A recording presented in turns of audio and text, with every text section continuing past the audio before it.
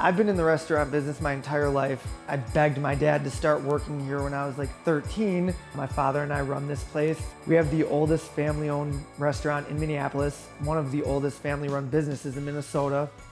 When I found out that they were going to tear down our old restaurant, I was panicking because I knew what that was going to mean. I knew how much work this was going to cause to recreate and the amount of funding that was going to be needed for this.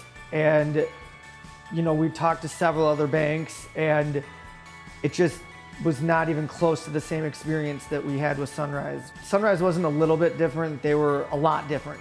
Nobody else understood this area. Nobody else got what was going on in Northeast Minneapolis and knew why we wanted to be here so bad.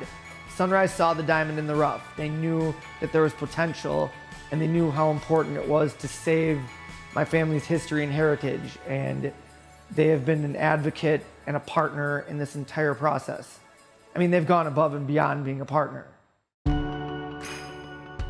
The history of Sunrise Banks really kind of follows my journey a little bit, if you will. I grew up in St. Paul. I'm a product of an Italian immigrant. Where the bank is down by the state capitol in Frogtown, my immigrant Italian grandmother lived there. So I played stickball with the kids of that time and the immigrants of that time. And that's how I grew up. And I was a teller one summer and I loved being a teller. I went to work with a bank in downtown Los Angeles, which immediately transferred me to South Central LA. So I spent a number of years in the urban core of South Central LA, which was really a great training ground, quite frankly, for coming back. Ended up moving back and buying a bank with my father down by the state capitol in Frogtown. And developing that bank really based on how do we help the Hmong immigrant people. We're going to focus on the urban core.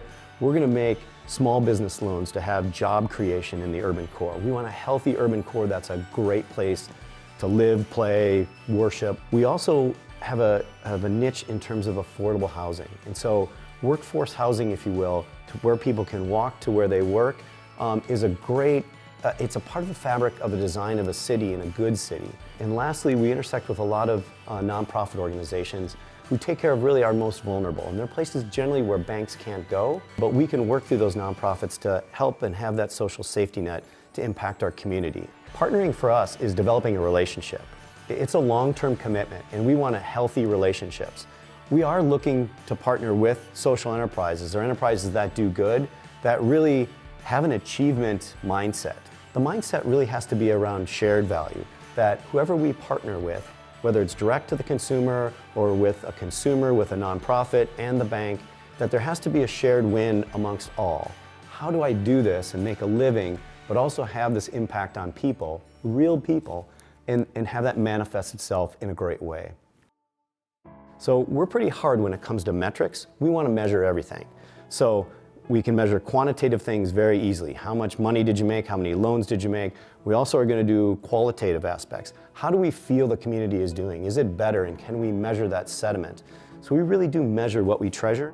The misconceptions around a social enterprise and a public benefit corporation, I would say first of all that you can't be a bank and be a social enterprise, or be a for-profit organization and be a social enterprise. The corporate structure really doesn't have anything to do with the impact that you produce and create. The vision, mission, and values of Sunrise are really to do well and to do good.